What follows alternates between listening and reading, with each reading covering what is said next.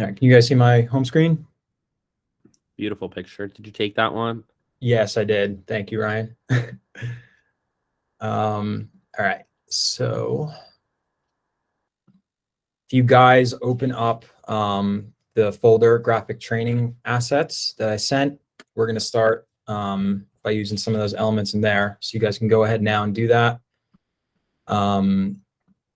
If I'm going too fast or if you guys have questions, just raise a hand and I'll stop to answer it or whatever you need. But yeah, just let me know if I'm going too fast. But anyway, today we're going to just be creating a very simple graphic. I'm sure you guys have done this before, but today I'm just going to kind of walk you through a couple techniques to really like enhance it, make it stand out, and also share like some of the creative ideas, processes that I use to create a graphic. So first things first, I'm going to show how to, color change an image, do some editing to it. So if you guys want to drag that background down into Photoshop to get started, go ahead and do that.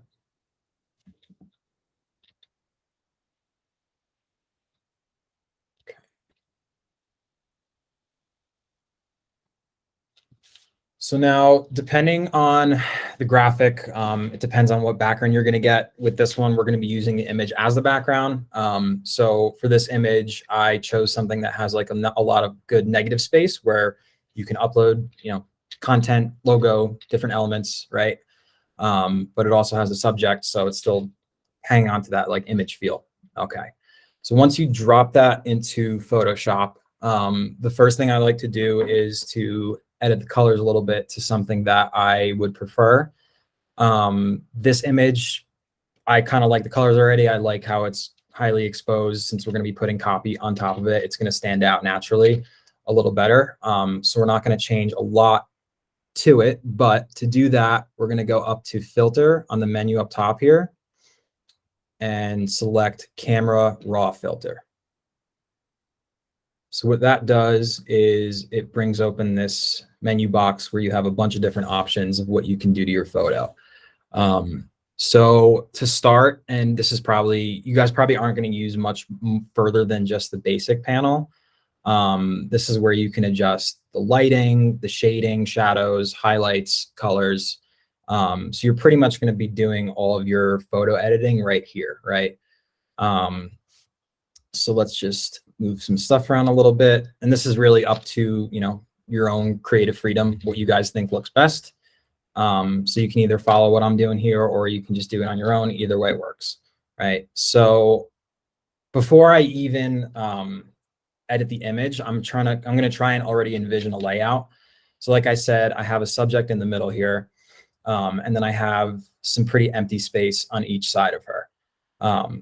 So when I have an image with this orientation, I usually will try to put that subject to either flush left or flush right, leaving the opposite side open for copy. So right now I'm kind of just envisioning this little square right here to be the space for copy. Number one, because there's a bunch of space, and number two, because it's a pretty bright image. So like I said before, the copy is going to automatically stand out regardless. So in order to make it stand out a little more, I kind of want to brighten the image up a little. So I'm just going to drag some highlights up, just the shadows maybe a little higher. And then I'm not crazy about this like gold hue. So I'm just going to drop the temperature to a little more cooler of a color.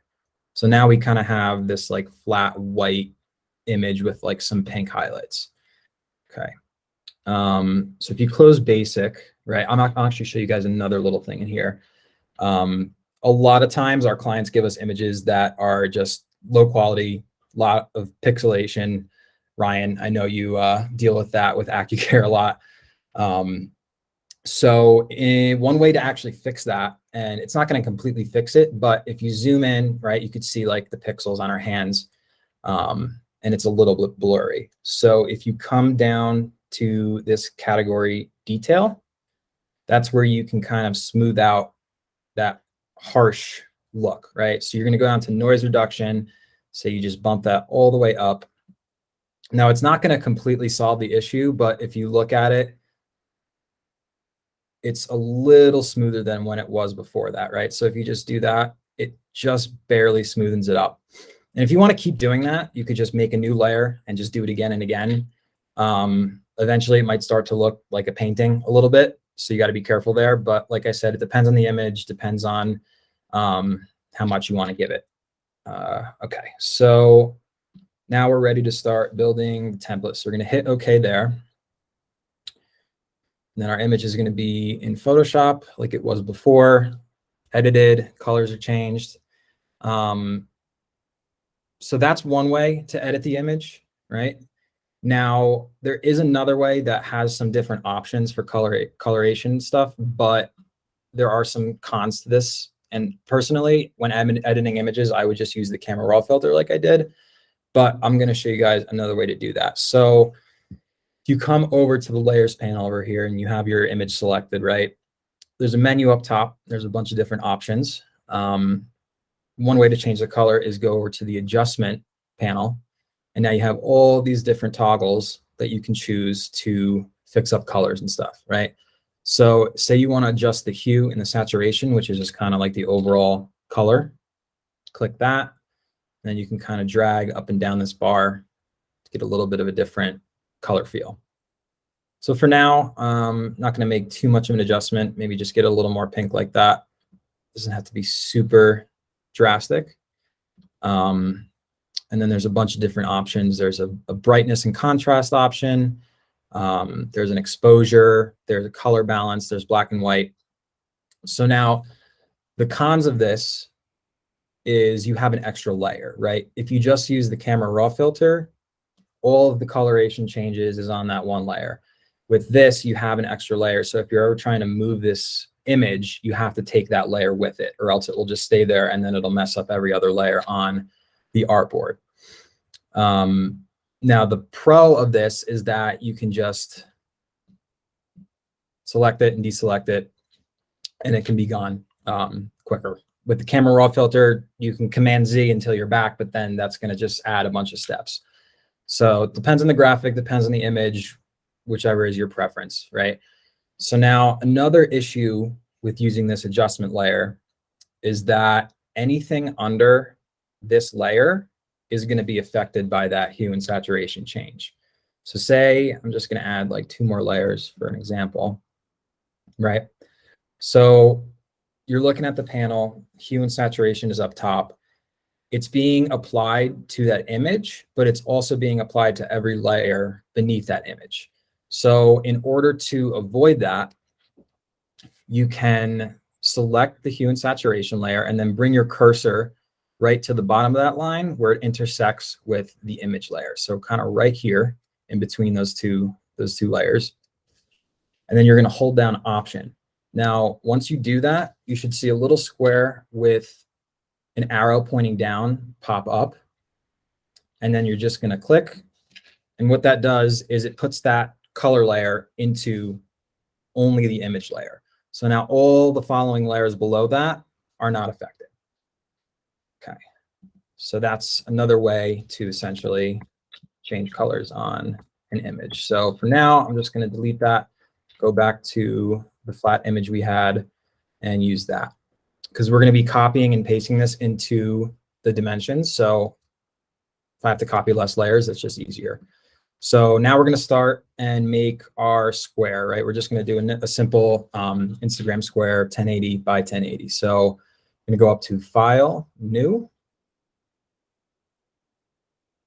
Here is where you make your dimensions, 1080, 1080, resolution 300, hit OK. What exactly does the resolution mean? Because mine was automatically set to 500. So what would changing do? So essentially the resolution is just the quality of it. If you bump it up higher and higher, it's going to make it a really big file. So usually with a standard IG square, I will just keep it at 300.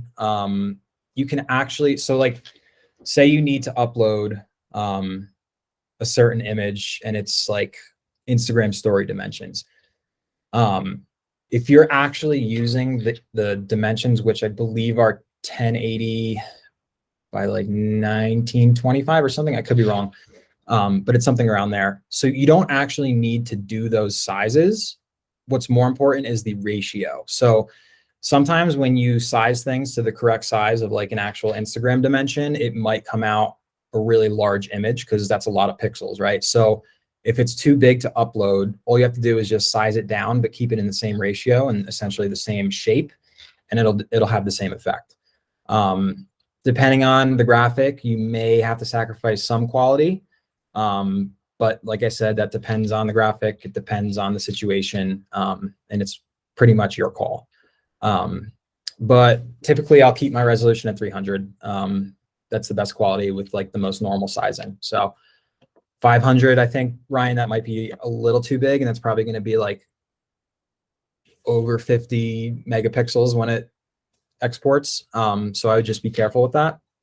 You can also change the dimensions like before you actually create an artboard. So in order to do that, you would hit Option Command I for a shortcut, and then it would pop up this image size here. And within the actual process of creating it, you can change the dimensions. But we will get back to that. I'm going to start with dropping this image. So go over to this image, copy it, drop it in. It's a little big, so we're just going to size it down a little. Okay. So here's where you just adjust your artboard a little bit. All right, I want this side to be where I want my copy.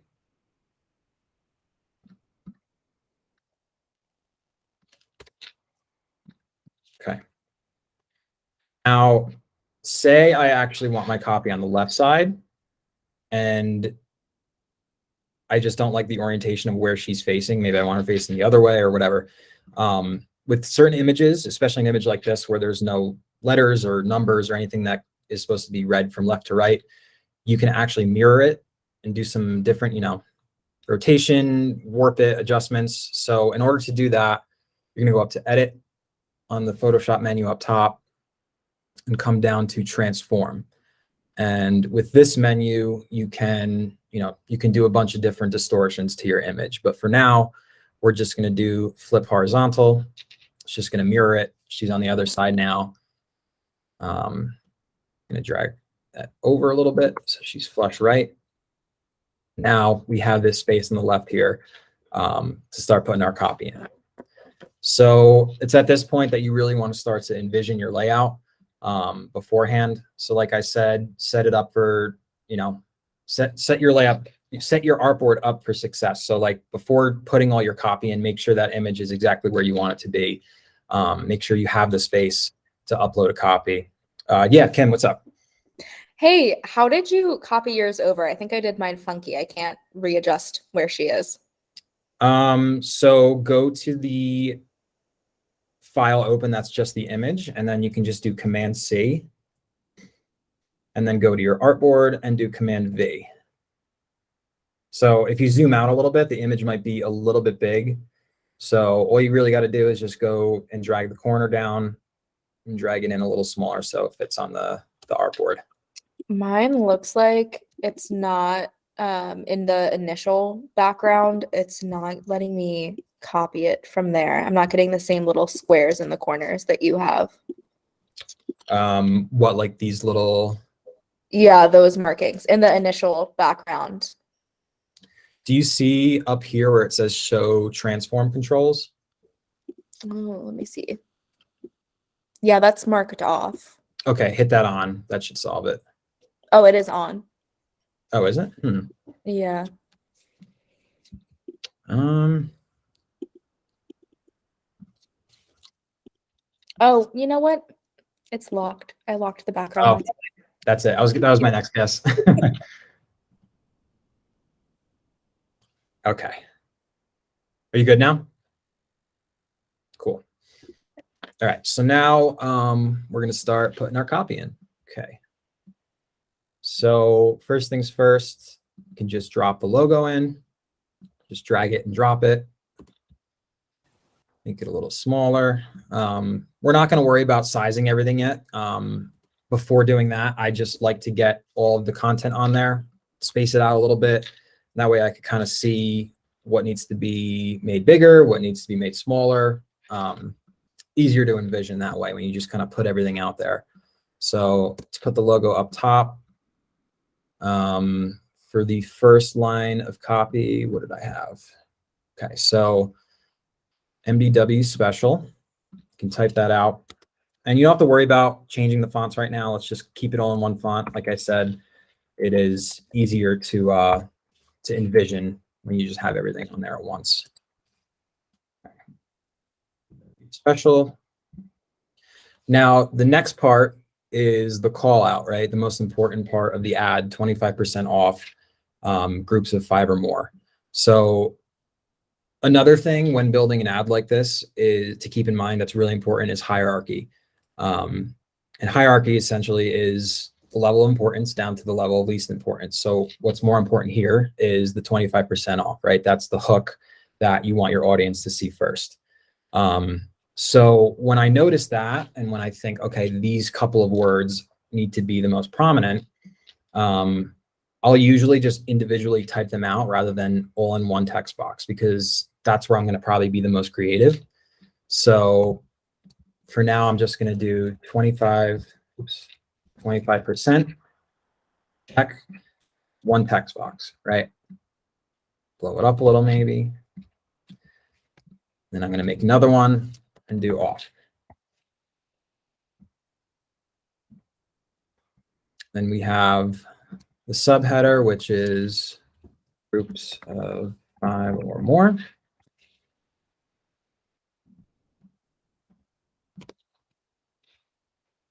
And then you have contact, book now.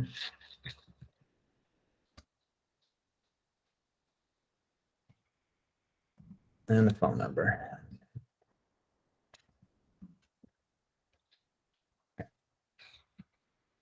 Every line should have its own text box, right? Because most likely you're going to be separating them. You're going to be doing some different things with each line and each font. So just make it easier on yourself and make each one like their own individual text box. Okay, so now we have everything out there. This is all the information that's needed on the ad. And now this is where you really have the freedom to get creative, right? So a couple of things I like to do when looking at a graphic at this point in the process. Like I said, you keep in mind hierarchy. That's really important because that's essentially where you're going to start creating, right? So hierarchy here is the 25% off. That's the call out. That's what we want to be seen first. So we're going to make that bigger, okay? And within that is groups of 5 or more, because that's still technically within that call out. So I'm just kind of envisioning this. I want to make these equally distant in width. Let's get that down there. But I'm kind of seeing this to be a little small. So maybe I'll choose a more condensed font, because then I'll have the ability to make it a little bigger without exceeding the width of the 25% off. So let's go with that font I sent you guys. I think it's called Romer. Yeah, Romer. Okay. Now it's the same size, but see how much it shrunk just because it's condensed. So now you have the ability to make this a lot bigger and a lot more legible. Okay. So another thing I like to do when I have a bunch of points of copy like this is I'll switch up the fonts to like every other. So right here, this is Montserrat, right? It's a very simple sans serif, square, blocky type of font. This one down here, Romer, is a little more of like a creative, fun type of font. So I'm going to throw this up here too. Switch that over.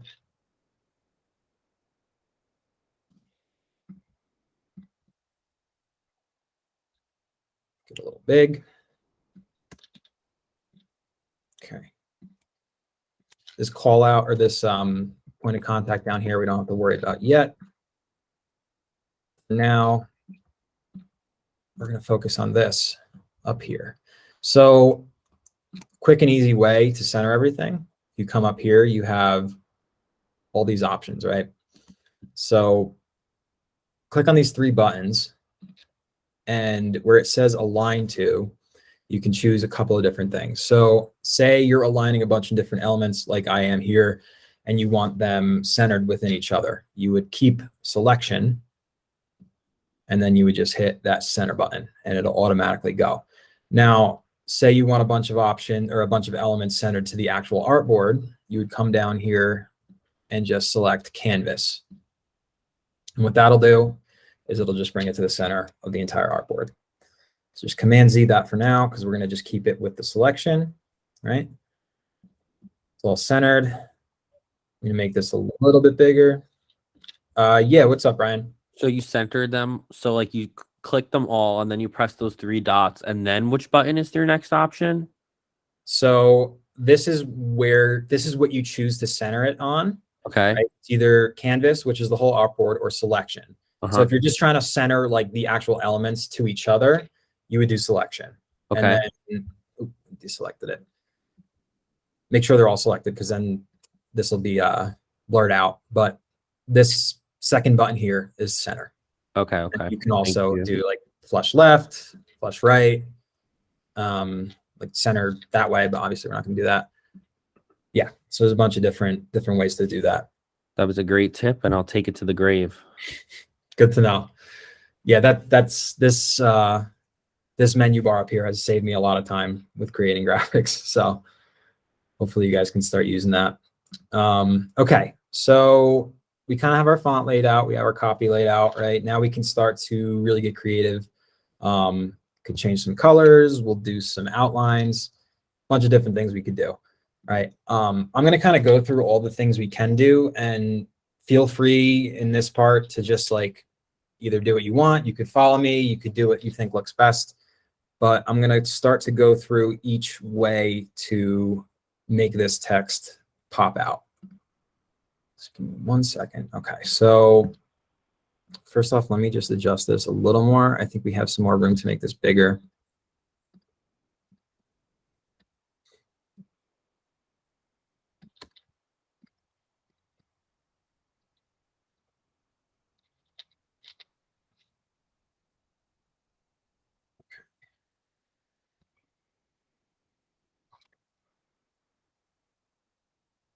Sure it's centered. All right.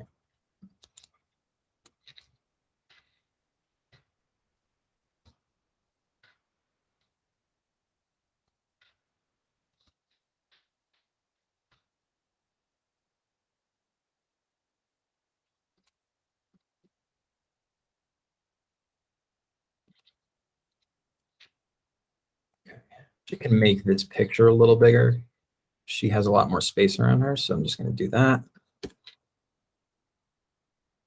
This is the part where attention to detail really comes in. So, you know, when creating graphics after this for our clients, this is where you really want to like take the time to make sure everything's lined up. You know, all the balancing is really important. Okay. That's good for now.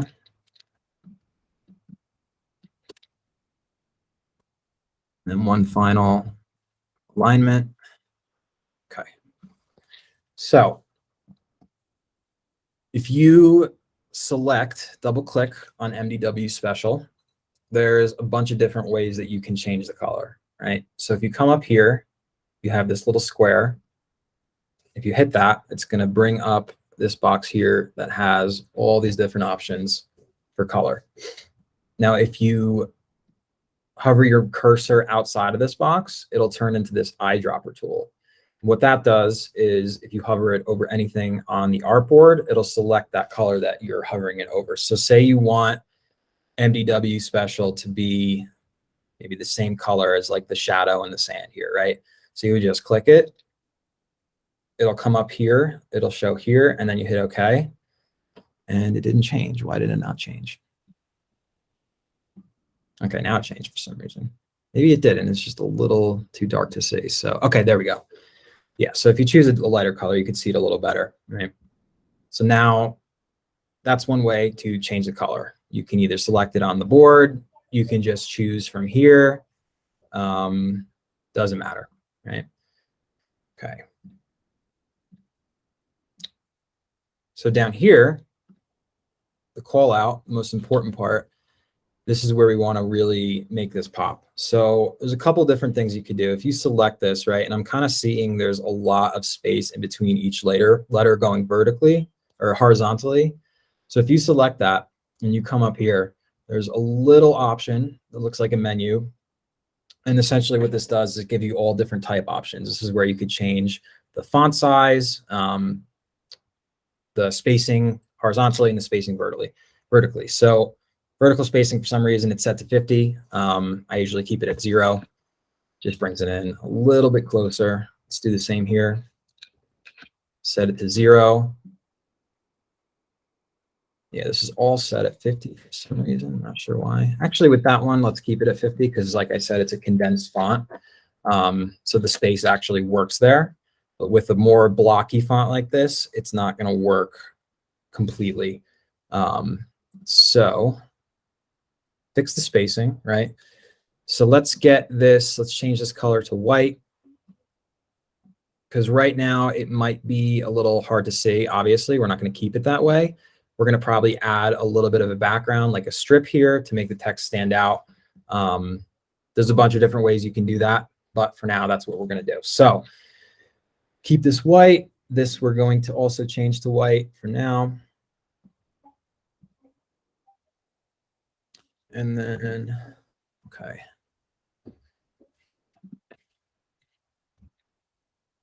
Second.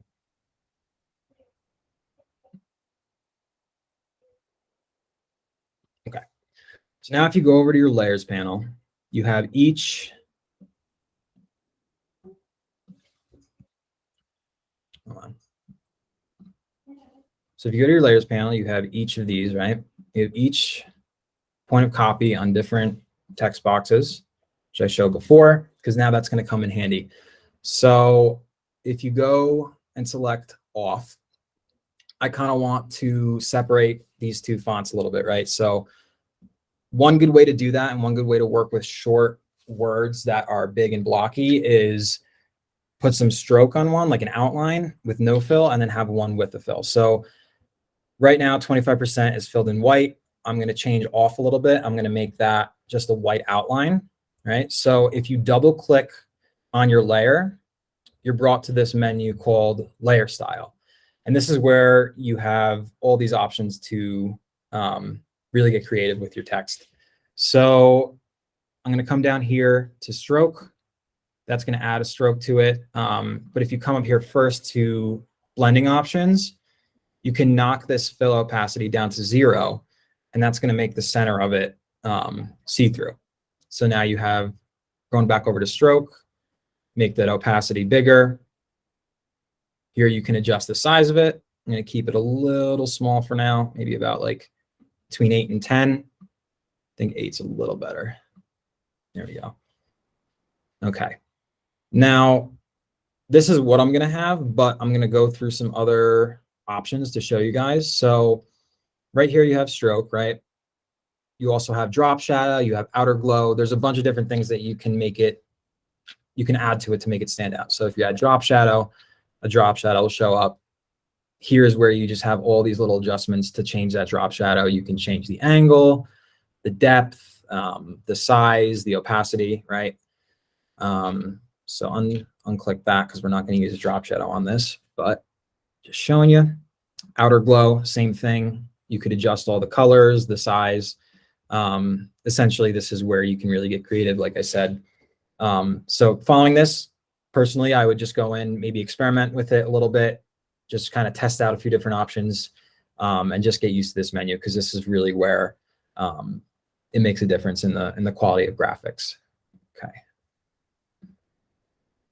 So right now we're going to do that. Now, I kind of want this to stand out a little more and not be so organically into the background image. So to do that, I'm just going to add a rectangle back here.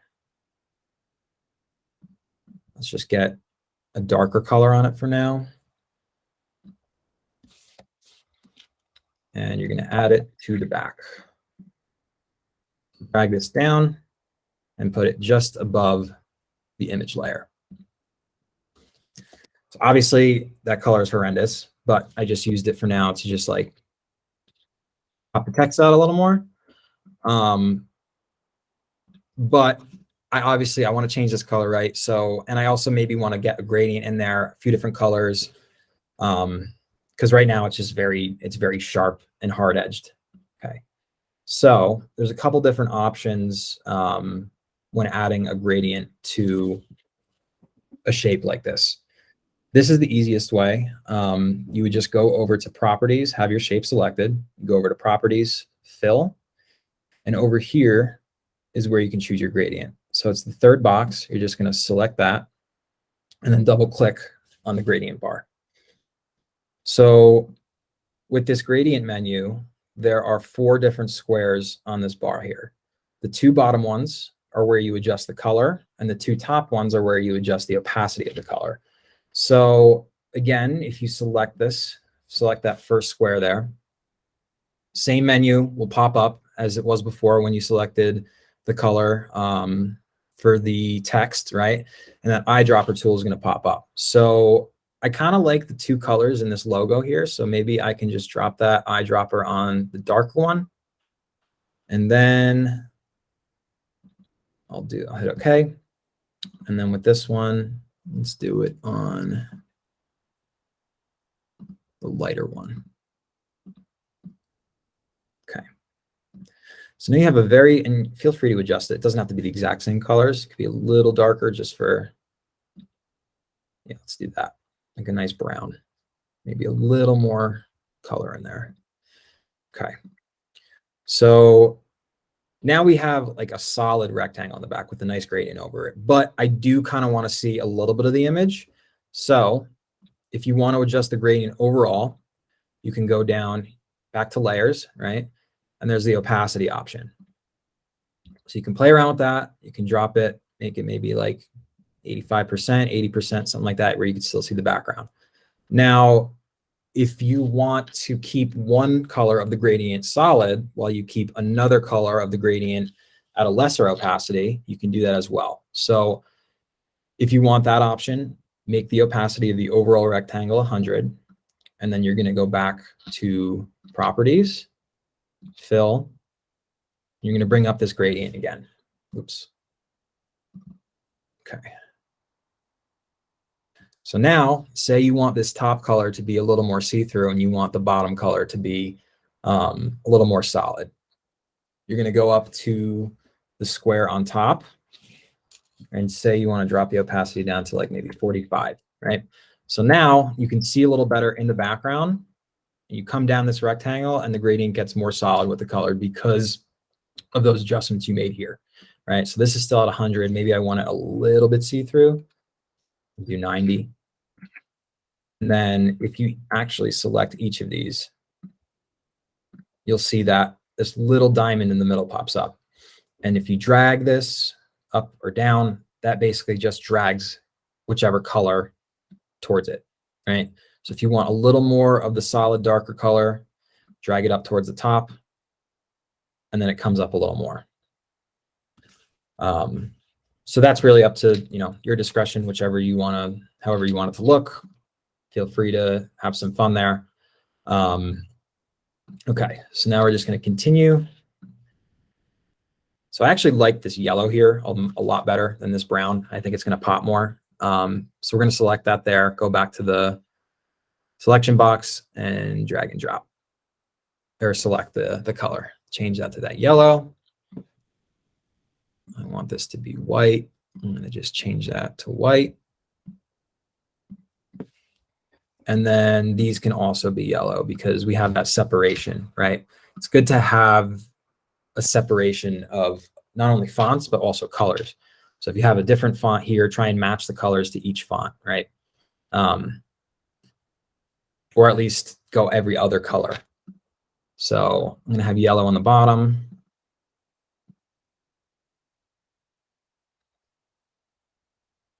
Okay. All right, so we have a graphic now. Okay. Final things, just make sure everything is lined up. once I complete a graphic, I always do a quick run through of all the very minor details just to make sure that I'm not missing anything. Move that over a little bit more. And yep, we have a graphic now. So final step is just exporting it. You're going to go up to File, Export, and you can either do, I usually will do quick export as PNG.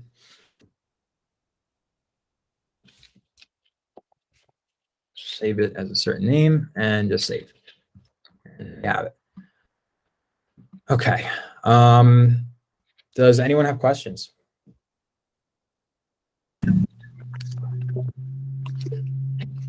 Yes, Matthew. Christopher, if you wanted to resize this for a story, could you show us how to do that real quick? Sure. So a story is obviously not a perfect square. So in order to resize it, there's a couple things you can do. You can either just start on a new artboard, a new file, but what I like to do is I'll just create another artboard next to this. So if you right click on the selection tool up here, you'll have an option, artboard tool. So you're going to hit that, and this little weird cursor will come up. Then you just draw an artboard over this one, make that its own separate artboard, and then create a new one. I'll usually just drag and drop and then just adjust to what the new dimensions are. So I believe it's 1920.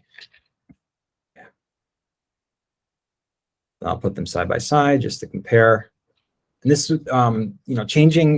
making files, creating a graphic for a different dimension can be tricky, depends on the graphic, but usually for Instagram stories and squares, it's pretty simple. So you would essentially just stretch this out a little more. You're going to have to do some adjusting and may take a little longer, but it's pretty simple. Just stretch it out a little more, maybe space some stuff out a little better. You can maybe put MDW special on 2 lines just to take up more space, right? Do some type adjustment there. I'm going to space this out a little. MDW bigger.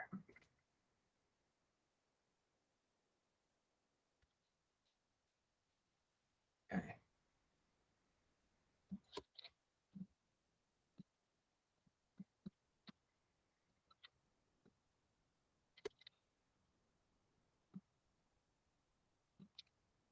Add some more space in between each of those lines.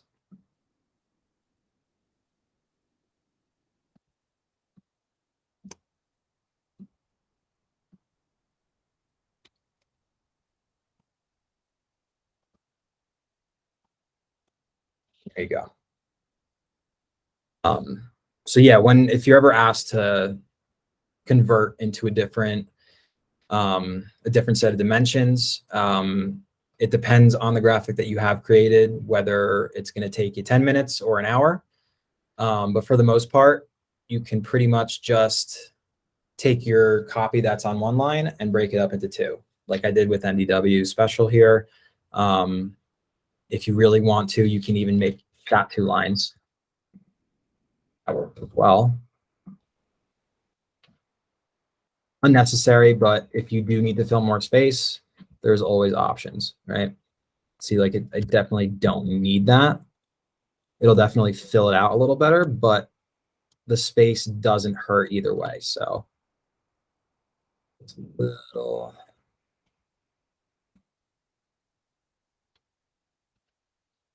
There you go. The only thing I would say is groups of 5 or more kind of takes away from 25% off. So you do have to be careful with the sizing, but yeah, that's essentially how you would convert it. All right. Anyone else have questions? You guys are all good? All right. No questions, but that was very informative. And I think my favorite part of what I learned today was what I mentioned before, the centering. I feel like that was really cool because I know Christian could definitely vouch for this, but when I used to make email campaigns, I could never get things exactly in the center. And he was like, I don't understand why you can't get it in the center. But I literally would have my eyes to the screen trying to be like, I think it's centered now. Good. I'm glad it's gonna help you though. It definitely helped me.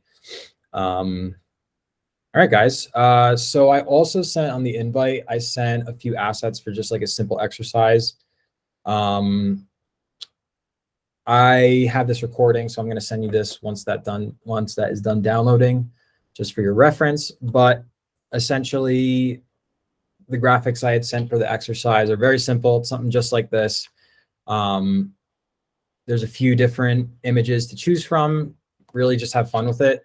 Don't spend more than like 15 or 20 minutes on it. It's nothing crazy. I just want to make sure you guys can like use the skills I tried to teach here today. If you could send me that before the end of the week, that would be great. I'll send a reminder. But yeah, just have fun with it. Like I said, I would really try and experiment with the layer styles, because this is really where you have the creative freedom to make your text and your copy stand out. So definitely experiment with this a lot, see what works. And yeah, just have fun with it. Nothing crazy, super simple, just like this. But yeah, thank you guys for coming. I really do appreciate it. And I will send out this recording pretty soon.